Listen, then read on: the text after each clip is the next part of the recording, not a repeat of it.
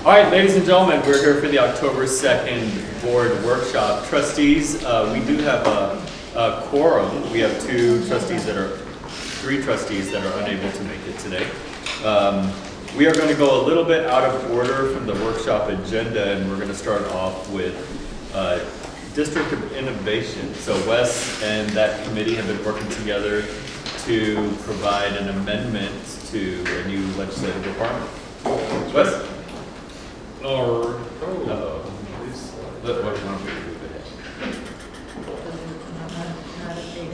there we go. And we're done. I may not go quite that fast, but so as I shared with you previously, we have a need for an amendment to our District of Innovation Plan. Wanted to just kind of do a little bit of landscape setting about what is a District of Innovation Plan real fast. But in 2015, a law was passed that allowed school districts to opt out or exempt out of certain educational laws. In 2016 and 2017, GISD convened a District of Innovation or DOI committee to explore that opportunity. There are several exemptions that the committee sent forth and then ultimately had approved in February of 2017. Those range from when can we start school to what type of appraisal instrument do we use for principals, to what type of health care and medical insurance offerings do we provide to our teachers. So a pretty wide range of options there. It was amended in 2021 and then renewed in 2022. And amendments and renewals require both the local committee, so our district performance committee, as well as the board of trustees to approve. So that's kind of the process. So why we're talking today is House Bill 114 from this most recent legislative session created a new mandate for student discipline as it relates to e-cigarettes. We commonly refer to those as vapes. You probably heard that term for sure. But specifically, it impacts the way a student is disciplined if they're found in possession, using, selling, giving, etc., an e-cigarette. And so the language from the law is there on the screen. A student shall be removed from class and placed in a disciplinary alternative education program as provided by Section 37. In Georgetown ISD, that's our Georgetown Alternative Program, or GAP. That's the DAP. And it's if the student possesses, uses, sells, gives, or delivers to another person an e-cigarette as defined by that section. And what you'll notice is that e-cigarette is not explained beyond the delivery. So it's basically an instrument that uses a battery operated to deliver a substance. And that's kind of where what brought the conversation to us. The new law does not differentiate the mandatory disciplinary consequences based on the substance of the e-cigarette, only in that it's an e-cigarette. So whether it's a nicotine or tobacco vape or e-cigarette versus a marijuana or THC e-cigarette, the law does not differentiate between the two. So the new law would require schools and districts to treat a nicotine or tobacco e-cigarette differently than traditional tobacco products, whether that's a traditional cigarette or dip or snuff or chewing tobacco, that kind of thing. And that's what's brought us to the table to say, is this the best course of action for Georgetown to consider finding a more congruent approach for our discipline as it pertains to this. So let me ask a question. You bet. So that means that the new law requires that if it's an e-cigarette, that it's one thing. What happens right now if it's a cigarette like we have? Good question. That's our next slide, but I'll answer that directly. So Okay. if it's an e-cigarette, the new law would require that student be placed at DAP. That's right. If it were a non-e-cigarette, whatever you call an old school cigarette, then that student would not be required to go to DAP. It would likely be a school-based consequence, in-school suspension, something like that. Okay. Of course, it's discretionary beyond that, so the principals, if they needed to elevate it. Right. Yeah. And that's kind of the weird thing. It's That's the one's hard got a part. battery and one doesn't, same substance, Right. different Okay. course of action. That makes sense. Thank you. You bet. And so we have an opportunity to amend our DOI plan that would give us some flexibility in how we navigate this new law. And so just a few bullet points as to why we think this is an approach we should consider. So currently, consequences for other forms of tobacco, like we just talked about, are campus-based disciplinary actions. They can rise to the level of DAP should that be necessary, but that's a discretionary as opposed to a mandatory situation. So if exempted, students possessing, using, selling, giving, or delivering to another person an e-cigarette will result in campus-based disciplinary actions such as ISS or discretionary. The approach would align our consequences based on the substance and not on the method of delivery. This allows our administrators to have discretion in ensuring that students are assigned the most appropriate disciplinary consequences based on all of the context, all of the situation for that particular student and their situation. And then finally, all marijuana or THC-related infractions would continue to be a mandatory DAP. So we would have the flexibility on how we manage the tobacco, nicotine, but we would still maintain the mandatory DAP for THC or marijuana offenses. So the local innovation plan allows us to exempt from this statute and follow a practice that's determined locally. Our DPC has met, heard from district leaders, had conversation, heard from campus leaders, and ultimately passed by a majority vote the amendment to our DOI plan. And that's kind of where it sets now. The next step in order for us to continue moving forward would be approval from the Board of Trustees, and then ultimately filing with TEA. I do want to mention that in this whole process, kind of from the very beginning, before we even kind of fired up conversations about DOI and so forth, we've been in conversation with our attorney to ask the questions of, is this even allowable? Is this a legal option, kind of piece, as well as the language that would go into the DOI. We had our attorney look at that language as well. Ms. Blake? This actually was a very hot topic at the TechSed conference this last weekend. And I'm sure I probably have it in my notes, but one of the districts actually had placed a student in AEP, and it was just an e-cigarette. Mm-hmm. He apparently was a star football player, but his only claim to fame was football. He committed suicide. So at that moment in time, they decided never again for an e-cigarette are we going to put a kid in DAEP.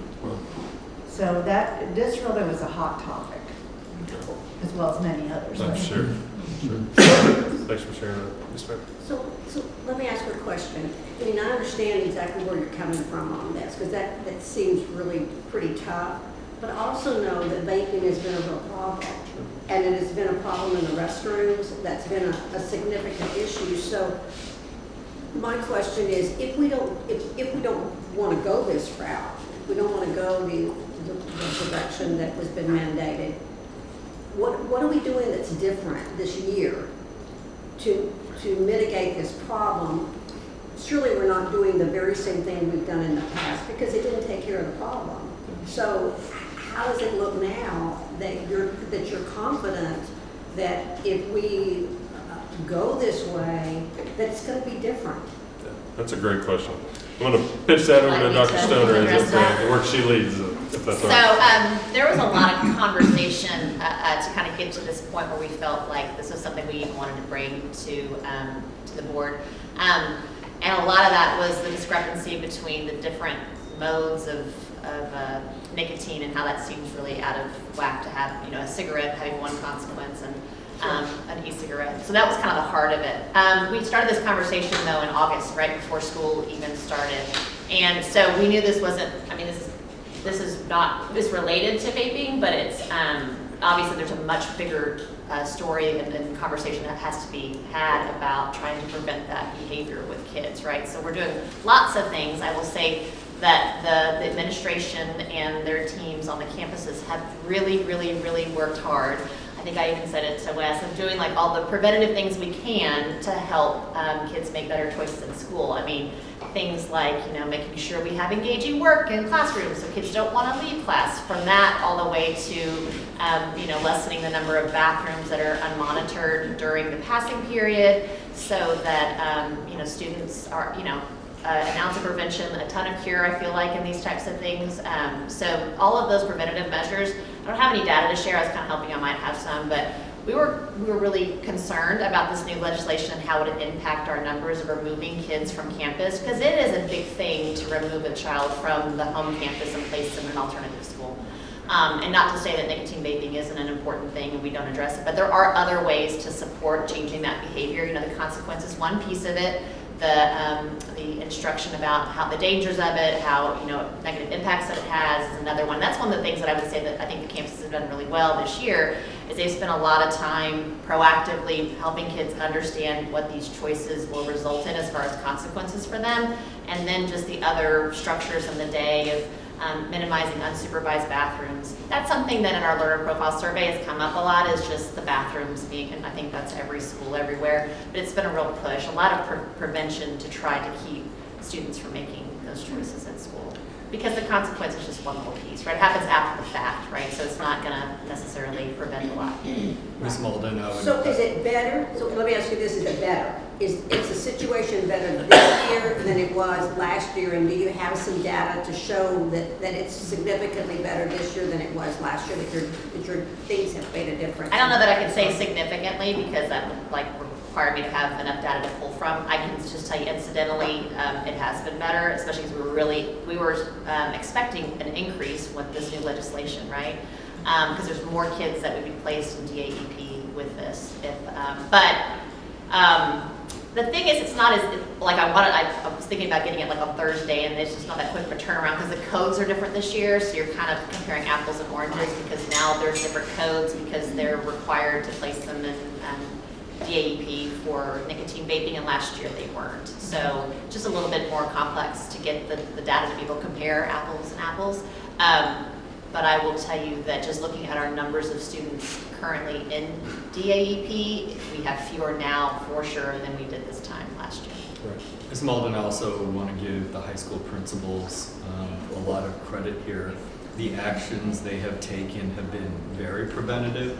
At the same time, there, to some degree, I'm sure for students at our campuses, it feels like a lot of constraints on normal access to bathrooms and which bathrooms are available. And so those are things we have to continue to work through. At the same time, they're necessary because vaping, I think, probably across the country, Yes. has become a bit of an epidemic. It is. In my previous district, it was an issue. In where my children went to high school, it is an issue. So I appreciate just the extra efforts our principals are putting out there, and knowing that at some point we're going to have to figure out what the balance looks like that is something that's sustainable. You all have supported the district hiring additional hall monitors and making sure that we have personnel there to just make sure that the monitoring is really high, not just for that, but for also campus security. I'll get you some data. We can definitely get That's you what guys I'm some interested, data. I mean, Yeah. the No, bottom line we're- is, where's the problem Absolutely. in relationship now as it was from last year? And that's what you want to see, is you want to see improvement. Yeah, I think Stacy already had a meeting set up with Laura and team, so we could definitely Right. share that with you guys. Yep, I'm sure the other board members would be interested. it's good information to have. Any other questions? I have a question about this, real quick. Just thinking ahead about feedback, blowback that we may get from parents, because if I understand this correctly, the district, each campus still autonomously could determine that being caught with a vape could rise to this level, right, DAEP, but it's not mandatory, right? So just thinking ahead, we may want to make sure that there's some uniformity in the steps, so that it's not, well, my kid got caught and is at DAEP the first time, and the favorite got caught again and is now, you know, banging erasers after school for half an hour. Is there any sort of uniformity or plan for uniformity, or idea that maybe we should have some sort of uniformity in the plan? Absolutely. We do have like a DAP placement guide that Sure. all the campuses use to ensure that whether it's at this school or this school, placements like that that are removing kids from campus are uniform, because absolutely, like that's, we don't want that to be, you know, this school you get this consequence and removed for that many days, and for another school a different number. Yeah, so for sure, definitely. And also, I just want to emphasize, this gives us the flexibility, right? I mean, I think there's a lot of conversation that has to go on, and again, we started this conversation before we even knew what this year was going to look like, so. 100%. Because I don't think, obviously you don't want to nuke a kid for a one-time thing. Right. You want to make sure that you have some sort of guiding principle to For sure. everybody feels they're being governed the same way. And I would just add that from a discretionary placement situation, I would say it's very rare that a discretionary placement is made without a lot of collaboration with other campuses, but also with district staff as well. Yeah, we require that any discretionary placement, Stacy Sebeska's in all those conversations, so she's kind of just making sure that there's consistency. That's the word, consistency. Is there a DAEP committee that, like a little hearing, a little due process with individuals who are not emotionally involved in the case, that hear the case and then make the decision? Well, there's a placement conference on the campus level, and then there's a placement once, there's a, I guess, an intake at the campus. Well, if that's intake though, the decision's already been made. Right, the campus. So we used to have a DAEP committee, and so an administrator or two from the other campuses would sit on that, and Carlos, I think, Cantu was involved in that, and Bob Fisher before that. But it was very well done because it allowed for consistency as opposed to personal opinion. I think Dr. Stoner's role is to really provide that consistency, you know, where I know you reference Mr. Cantu, but really that's what Heather does here, is to make sure we don't have one situation. Now, you know, here's the hard part about discipline for a principal. It all depends on context, right? And so sometimes there's a context where it does require a placement that's discretionary, but that's where Dr. Stoner's role in making sure that it's consistent with our district, not just our district mission and vision, but just there's nothing that seems out of place in how one kid is treated at one school versus another. And that's great, just that when you have three people who are not involved at all to listen to the case, it really leveled the playing field. So that's just something to look at again. Thank you. You bet. All righty, well, if you've got questions as we leave, feel free to reach out. Our intention is to bring this for action and consideration at the regular board meeting. All right, trustees, if you have any other questions on this topic, please let me know, and we will find those answers for you. We are going to transition now to federal grants.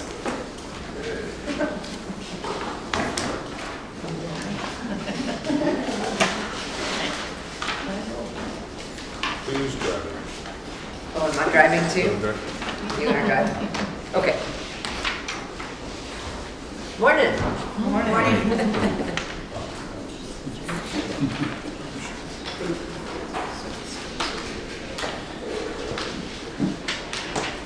Right spot.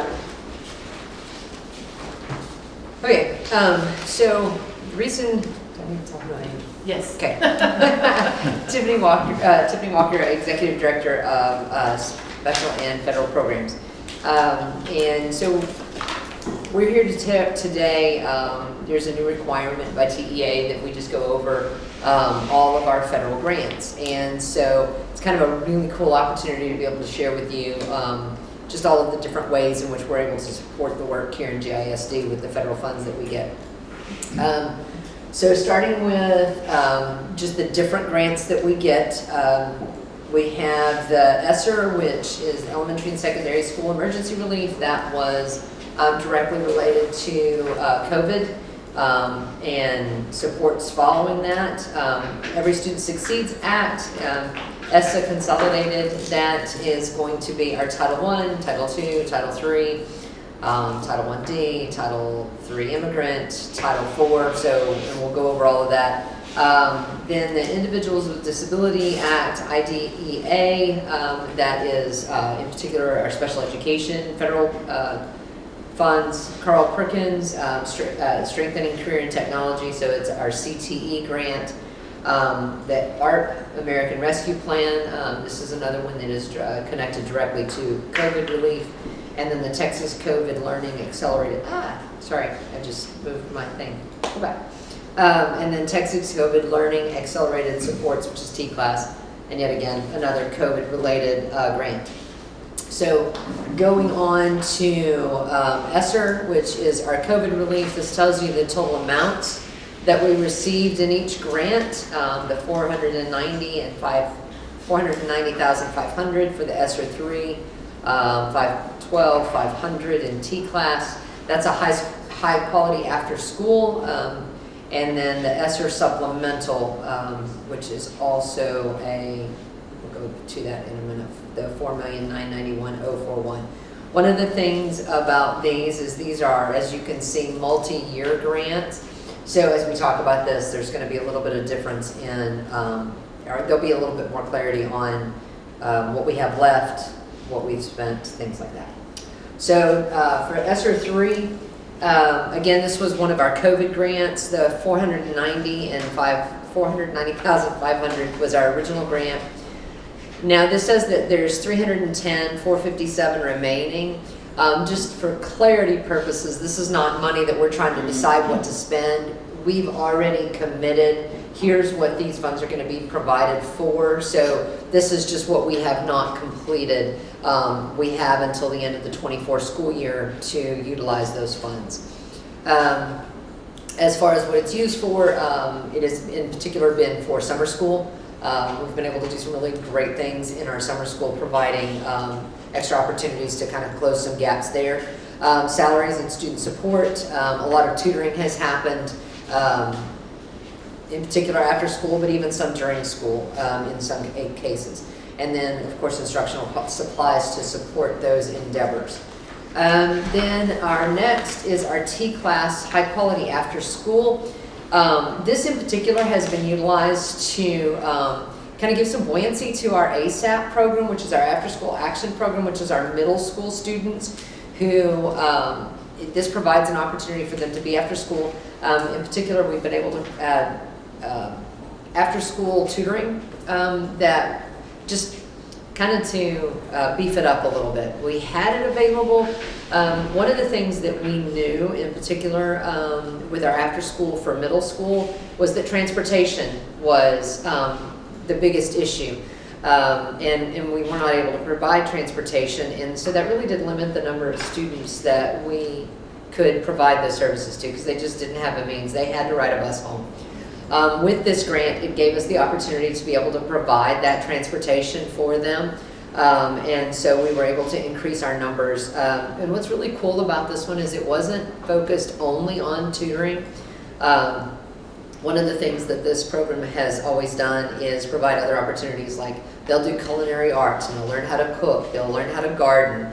And we have a partnership with Georgetown Parks and Rec, where they would go do Adventure Challenge. And so the students would get to go and do ropes courses and kayaking and fishing. And so it gave them opportunities to experience things that they otherwise didn't have opportunities to do. But again, a lot of this was really, a lot of these funds have been used to support the transportation. As far as the funding, targeted social emotional learning and educational enrichment programs, which is again, the things that I've talked about, salaries for student support, tutoring, and then transportation home to eliminate those barriers. So those are the key expenses that we have paid for with that. And then our ESSER supplemental, again, the amount was given and the amount that is remaining, still all committed to initiatives that we've been working on. A lot of salaries as far as student support, instructional and technology materials, and I think, yeah, and so even specifically technology programs and things that support the work of the district. And then we were also able to provide hotspots and devices, in particular to those families who would not have otherwise had access following COVID, but we needed to make sure they were still having the access they needed to the learning. So a lot of that there. And then, of course, at the time, early on, extra sanitizing and cleaning supplies. You're not doing that anymore. No. Good. That was just what was being purchased immediately following COVID. Now it's really more about, continuing to support the instructional and the technology needs, and then also student supports, things like that. All right. I just want to ask a Sure. question for clarification for the trustees. When we say 928,000 remaining, we're not saying 928,000 unassigned. No, correct? no. That is all assigned to be spent. Yes. Okay. And then in ESSA Title I Part A, this year we will receive $1,255,199. We service school-wide campuses. The campuses that we serve with this are listed here based on their economically disadvantaged numbers. In order for a campus to qualify for school-wide, they have to meet 40%. And all of these elementaries clearly, clearly meet that number. As far as the funding use, the vast majority of this money is dedicated to staffing. And it goes, I think when we looked at it last, more than 80% of it goes directly to these campuses, and that's where that money is spent. And it is either in salaries or in academic and instructional resources. The campuses do have quite a bit of autonomy to be able to meet their needs as far as student instructional needs. And so they really do dictate a lot of that. We have a process that we go through that makes sure that it meets all of the federal requirements. But they do have the autonomy to identify what is going to be most helpful for their campuses. And then family engagement is a required part. And I have to say I'm super proud of the family engagement. We have 2 family engagement specialists that serve our Title I campuses. They do a variety of things. They provide classes. They support parents in their needs for finding resources in the community, reaching out to students if they're absent, just kind of trying to build that relationship. So they really do a lot of great stuff. And we also use these funds to support our district-wide parent initiative that we have at least quarterly, where families come in and get a lot of information about this. It's also tied to one of our other title grants that we'll talk about in a little bit, but super proud of the work that they are doing there, and that continues to grow and excel. All right, Title I Part D, this supports STEP. In particular, it is designated for students for neglected or delinquent. In particular, it is used to support our STEP program. It is for, the funds are used for salaries, also behavioral intervention supports, and academic intervention resources. And again, same thing here, Tara Stewart has a great bit of autonomy in utilizing these funds to meet the needs, and they're not always the same every year. For this year, these were the needs that she identified that were most important. The behavior intervention in particular is something that she's going to be adding to her use of these funds. Okay, and then Title II, Part A. In particular, this is for professional learning, professional development, and we also use it for recruitment, onboarding, and support. We do a lot of things as far as providing subs whenever teachers are needing to, attend, or some of it is also teaming, where they can actually get together and work. That again, it pays for professional development. It pays for subs to be able to attend or participate in whatever needs are there. That's primarily Terry Conrad's world as far as how they delegate those funds, and then consultants as well. Okay, and then Title III, which is our English language acquisition. With this one, we use it in particular for tutoring, enrichment, emergent bilingual training, supplemental Spanish resources. And with this is another one that actually supports our parent involvement or family involvement. We've done a great job over the last few years of supplementing campuses with resources. Whenever we first started, it was evident that our campuses were resource poor. And so we spent several years to really invest in upping the resources for our language learners. And now we're to a point where now we're able to go more into training and coaching. We have some quality coaches that come in from Region 13 and work with teachers to help them sharpen their skills to continue to support our language learners. And then supplemental Spanish resources for those students that need them. All right, Title III, Part A, immigrant. It's along the same lines, but this is specifically geared to immigrant students. We have not always had this. I think we started getting it, Janet, it was 2 years ago? Last year, okay. So we've had this for only 2 years now. And so using it really to tutor and enrich those students that fall under language acquisition, but are also considered immigrants. All right, Title IV, Part A, Student Support and Academic Enrichment. This has always kind of been a cool grant for me because there's a little bit more flexibility in what they allow you to do, and it's really about the whole child, which is super exciting to me because we get to really dive into one of the things that we are able to do with it is advanced placement testing assistance.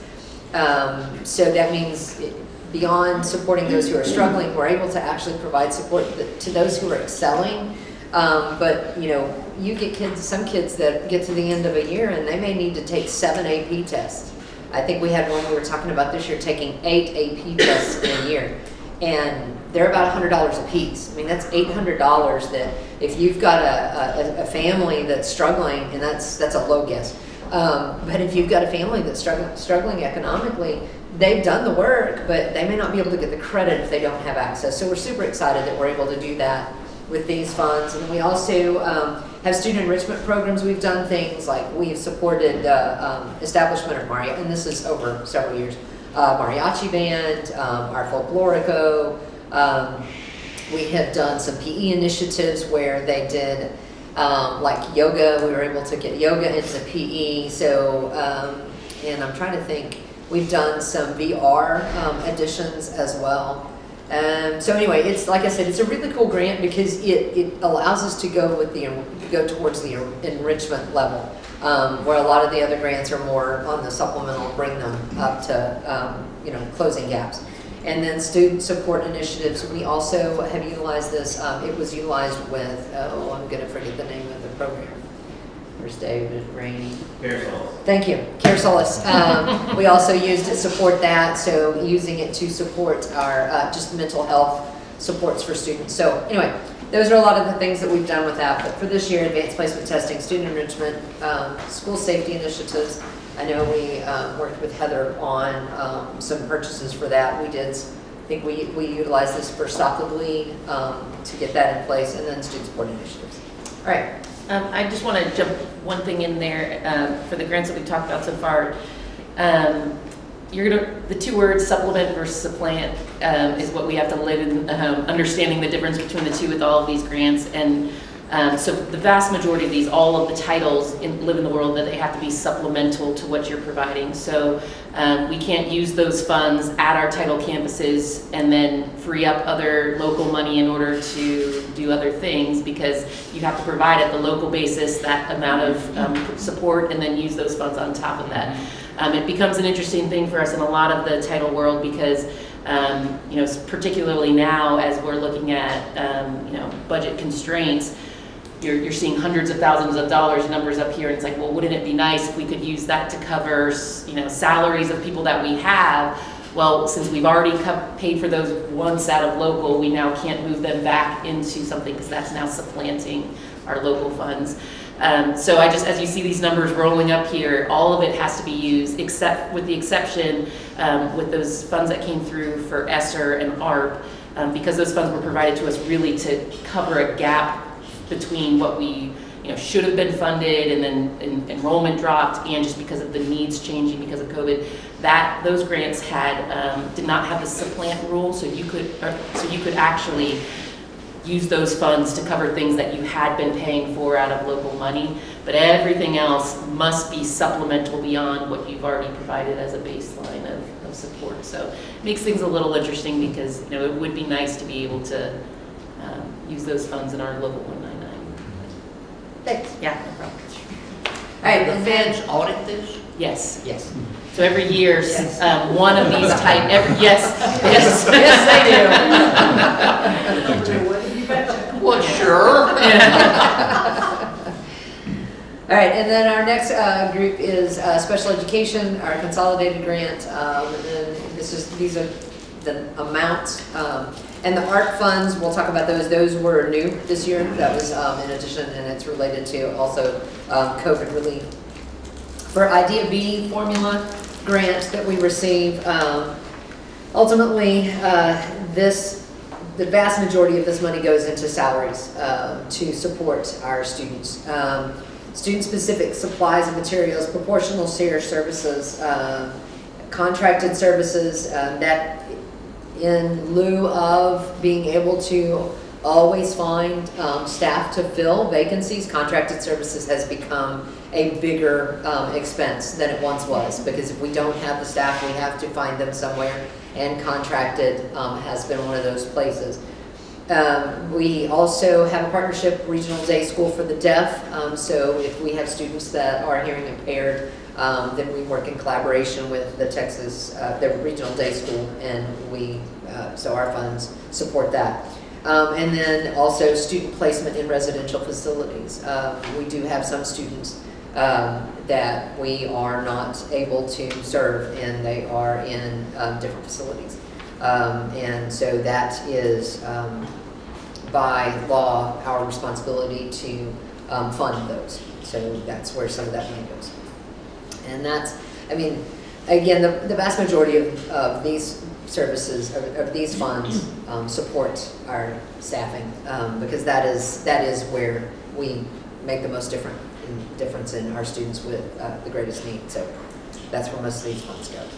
All right, and then Idea B, preschool.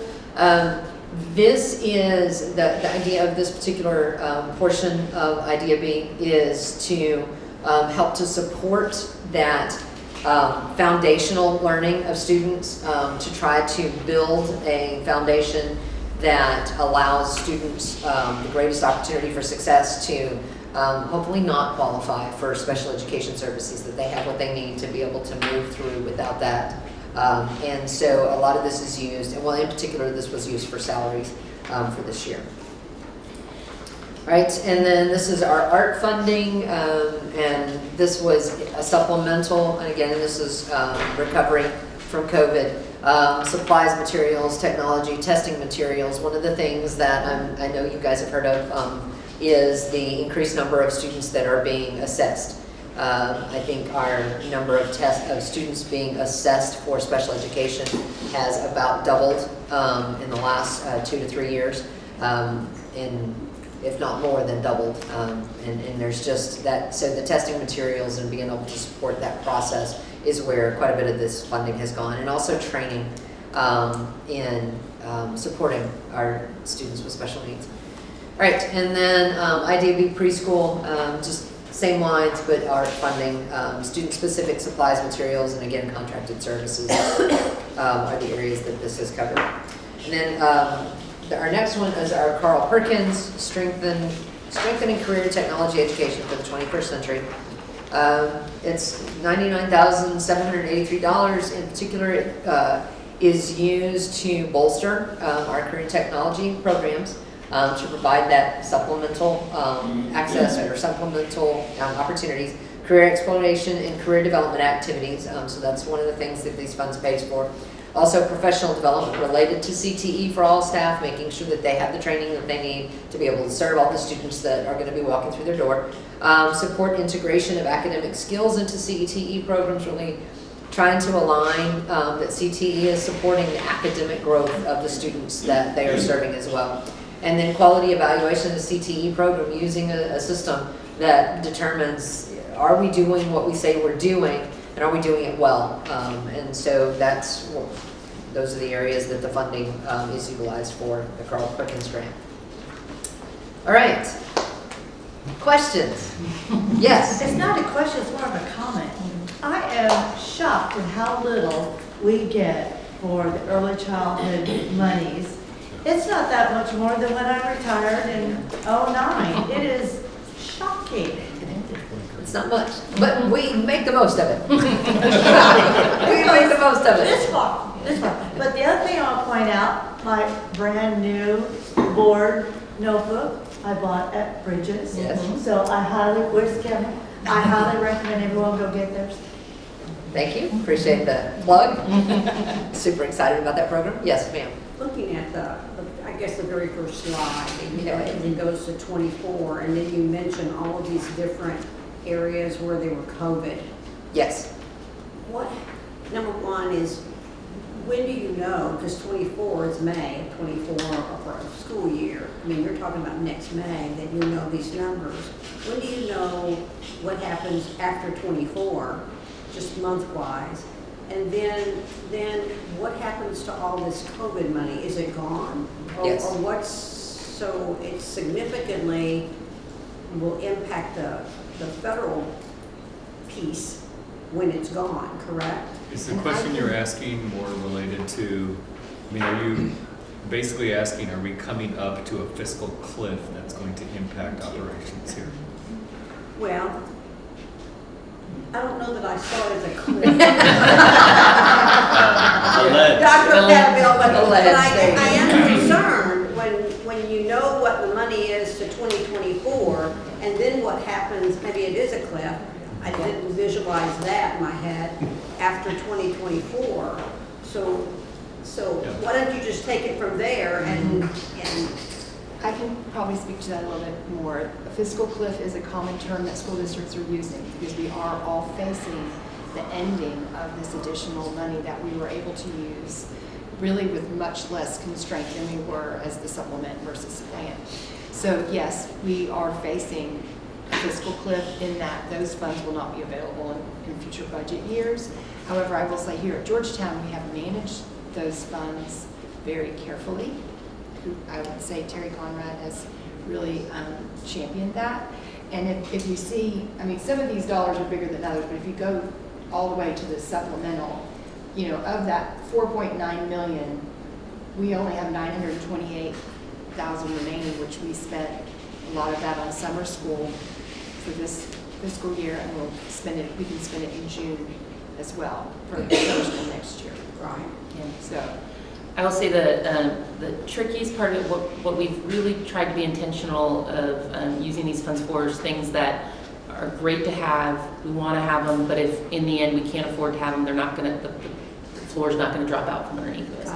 But there will be decisions we have to make because of these funds, we have been able to expand our summer school program, and without these funds, we won't be able to offer it to the extent that we have been for the last several years.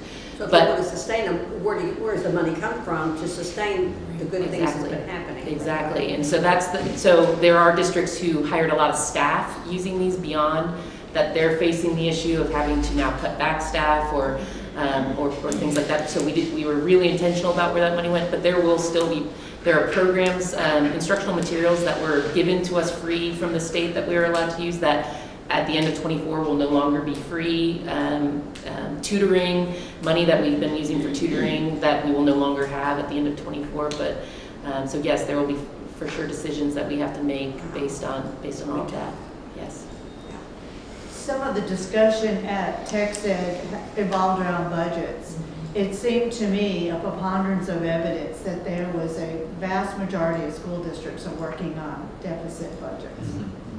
That was Hopeful for this next legislative Huh? session. I know, we all need to go down there. October 9th. Yep. Mhm. Yep. Any other questions?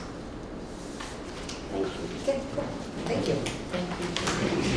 Will you slide over? Bring it on. You can drive for her. Do you want to drive? Yeah, sure. Trustees, our next topic is going to be the bilingual ESL report, which is annual, but I just want to give praise to the bilingual ESL department led under Terry Conrad. You will see here our growing population. I mean, that's truly a part of our district, our emergent bilingual students, and the work of making sure we're addressing the needs of emergent bilingual kids is also the work of providing a quality education in Georgetown ISD. Good morning, buenos dias. I'm Jana Jackson, I'm the Director of Multilingual and some federal programs.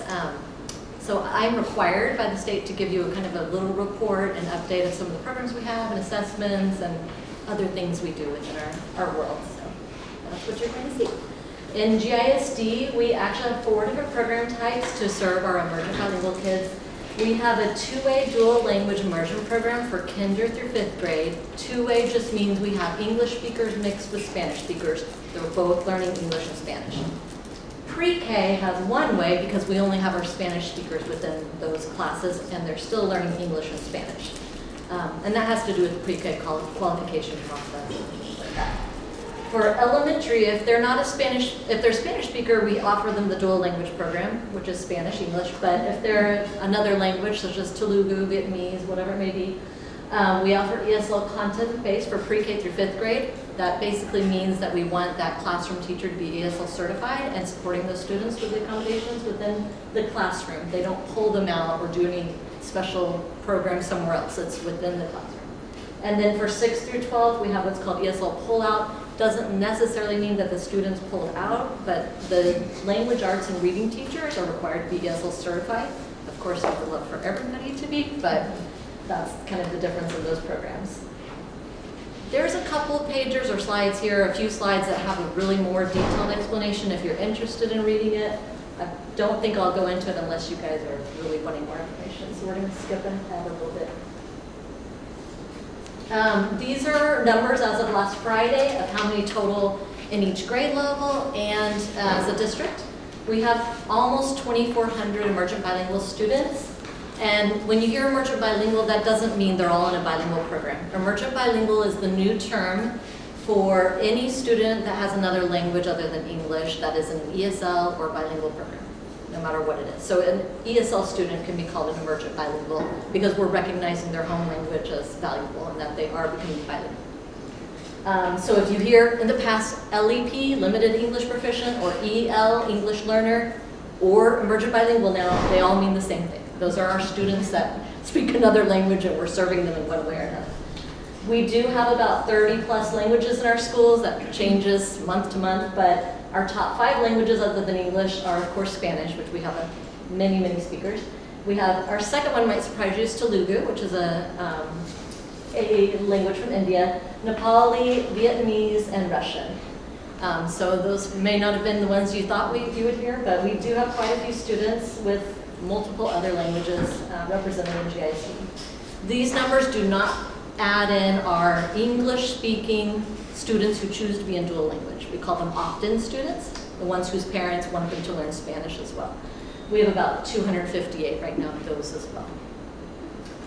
Over time, we have been growing quite a bit, just like Georgetown in general. We are, like I said, currently almost a 2,400 student, and that's because we've been currently identifying hundreds of kids that have come in this year. And we have grown in our percentage from a few years ago, 14.5% to 17.5%. So when we talk to teachers, we say most likely you're going to have more than one emergent bilingual student in your class. So we also, like, this does not include our opt-in dual language students, which just adds a little bit more, but we know that like these numbers keep increasing. Eastview is our highest number of emergent bilingual students with over 400, and they've had quite a few newcomers come in this year. That's very interesting because at the Rotary Club week before last, that was a question that was asked to Dr. Hadaville. With all of what we're hearing about the border, how is that affecting Georgetown? And it does look like it's small, but it's increasing. It is, and I think another reason though that we are increasing in percentage is that the state has made the reclassification, or what you might call exit criteria, extremely high for a student to exit. So whereas before, years past, we may have had more students enter the program and then reach a level of proficiency where they could exit the program. It has not been the case for the past 3 years. Oh, okay, all right. So we're also maintaining more students in the program because they haven't met the qualifications to exit. Okay. So Was that because, did they increase because the kids were not as successful once they were released? Was that the reason for no, the in fact, they were change? very successful when released because it's so difficult to exit. Those students have done extremely well. We've never had to put a student back into services. It's because they moved to online testing and they've made the criteria where the students have to get advanced high in listening, speaking, reading, and writing, plus pass the STAR in English with no accommodations, plus have their teacher's recommendation. It's very, very difficult to exit, especially when we went online for most of the testing. That's when the whole state saw a lot of the students not exiting. So, I appreciate that response from Jana, and just to come full circle to the conversation or the question that was asked at Rotary, you know, the response I gave there, which is the same response I'd give in any venue, is once a child is enrolled in Georgetown ISD, they're ours.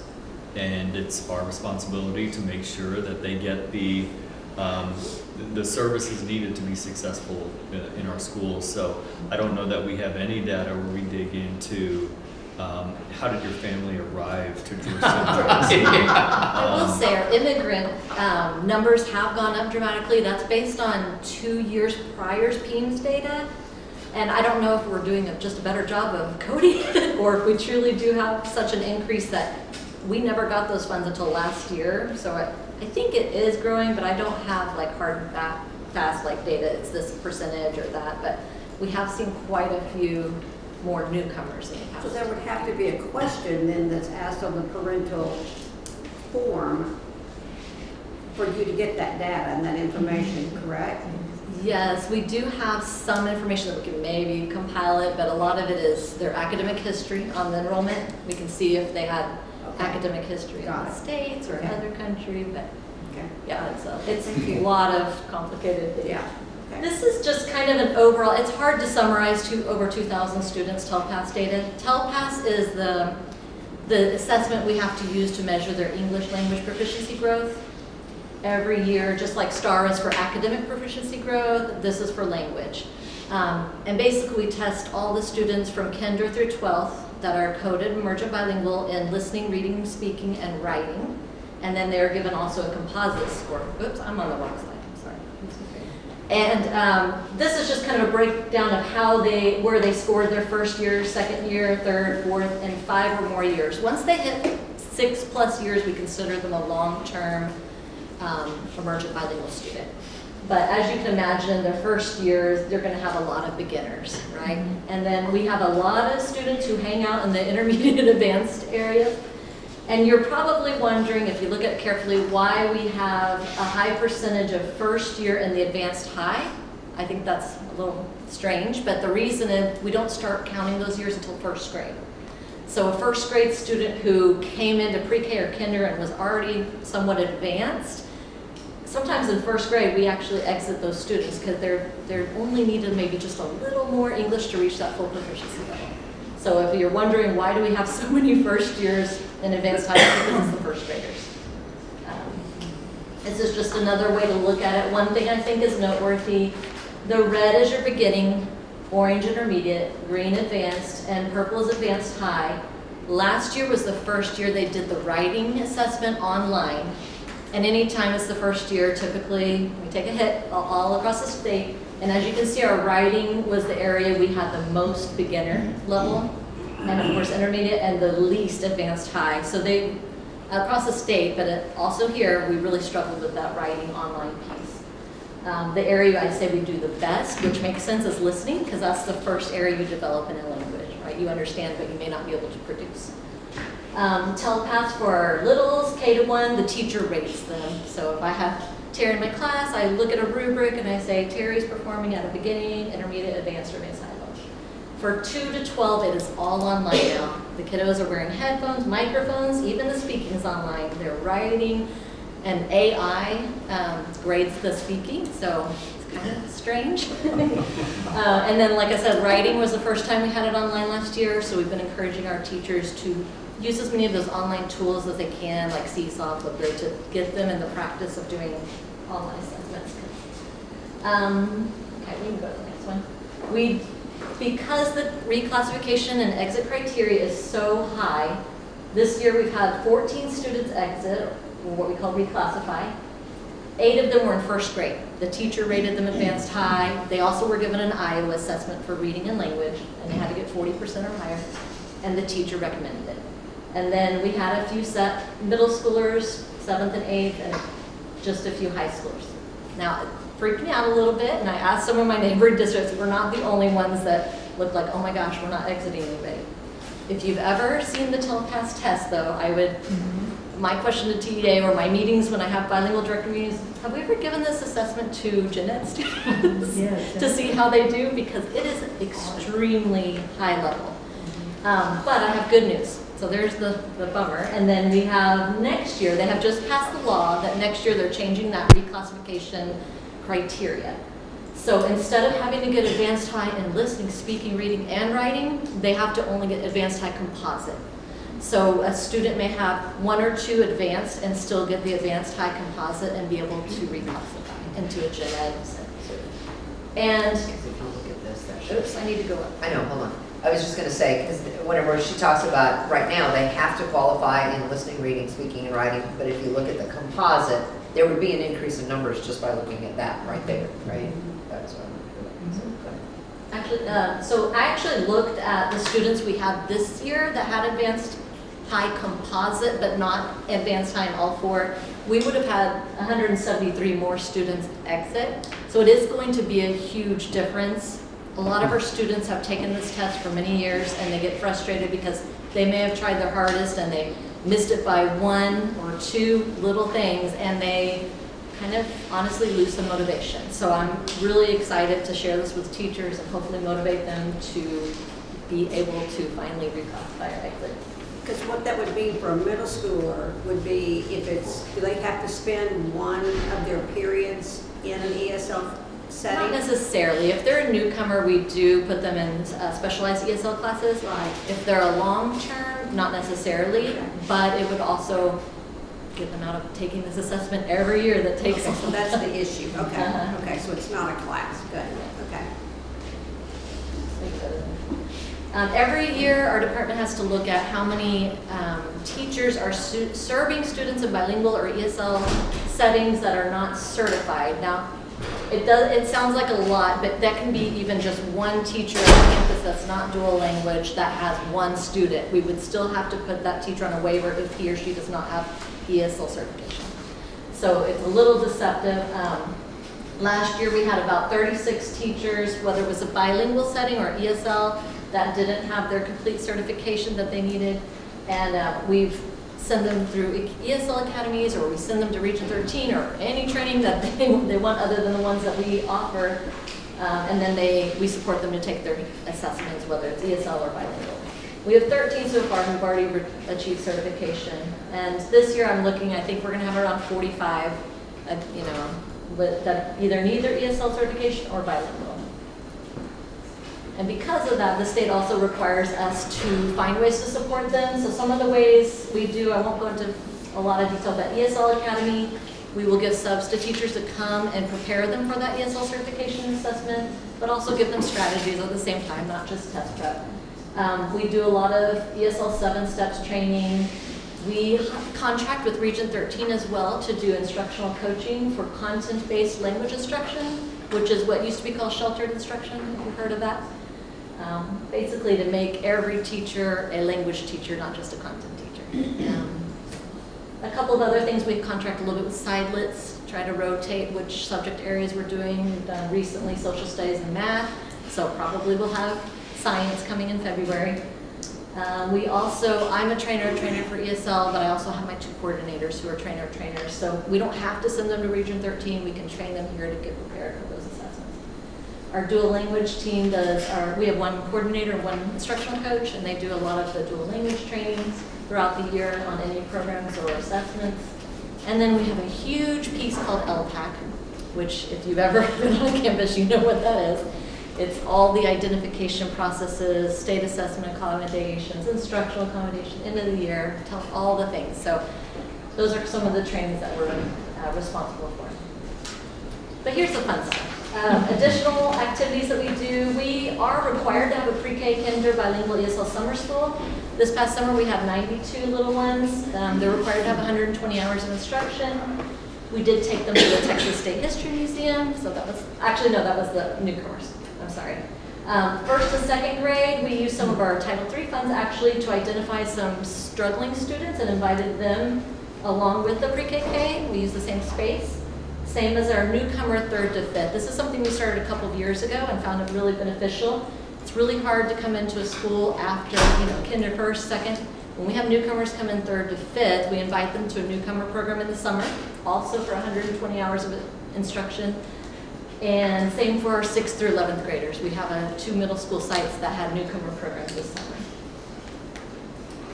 We're also required to have parental involvement activities. We team up with the parent learning communities here at Hammerlin which I remember meeting you.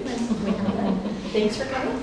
And we'll do little sessions on our programs, assessments that their students will take, make and takes, dual language information sessions for the English speakers who want to opt into the program, and community resources fairs. Sometimes we participate in TA webinars that are intended for parents as well. And last year we started adult ESL classes at 3 sites. One is here at Hammerlin in the mornings, and the other 2 are at Wagner in the evenings and Benold in the evenings. That Benold one has changed to Village, but it's just because the teacher teaches there and make it easy for her. And they've been really well attended. This year we started out with 20 and plus in each class, so it's exciting. This was a group of our students who graduated from our class last year. And so it's really fun to see them getting involved. For staffing, for recruiting, everybody knows bilingual teachers are hard to find. We try to do our best with social media. I made that flyer and I put it everywhere on all the bilingual sites I can find. And then my coordinator and I have gone, the one job fair we go to specifically, because I know HR does a lot, but we go to UTRGV because it's in the Valley and almost everybody we speak to is bilingual. So we try to get some teachers from Edinburgh and Brownsville. For retention stipends, we have a $7,000 bilingual stipend for our dual language bilingual teachers, which is on par with the surrounding districts. I know it is high, but that's what we have to compete with. We have a $2,000 ESL stipend if they're in a dual language position, partnered up with that bilingual teacher, and $1,000 ESL lead teacher in secondary, because they help a lot with LTAC paperwork and all those things. We also try to help our campuses as much as possible with tutoring funds, and those funds, my only stipulation is it has to be of emergent bilingual students. It needs to focus if they're newcomers on English language development, and if they're long-term, we want content-focused tutoring for those who either failed STAR or EMOCs to try to help them fill those gaps. Just link this if anybody's interested. I could talk all day about all this stuff, but TechCell.org is the main website for anything to do with emergent bilingual students in Texas. Love it. It's great for parents, teachers, administrators, board members. And then the TA 4-step process is just basically our process for how you identify students and serve them in programs. So I just linked it in case you were interested. And I think I've probably gone over my time. But thank you for indulging me. Any questions? Very interesting. Thanks, Jen. Right? Good job. Great. Thanks, Jen. Trustees, unless you have any other questions or topics for discussion, this concludes our workshop.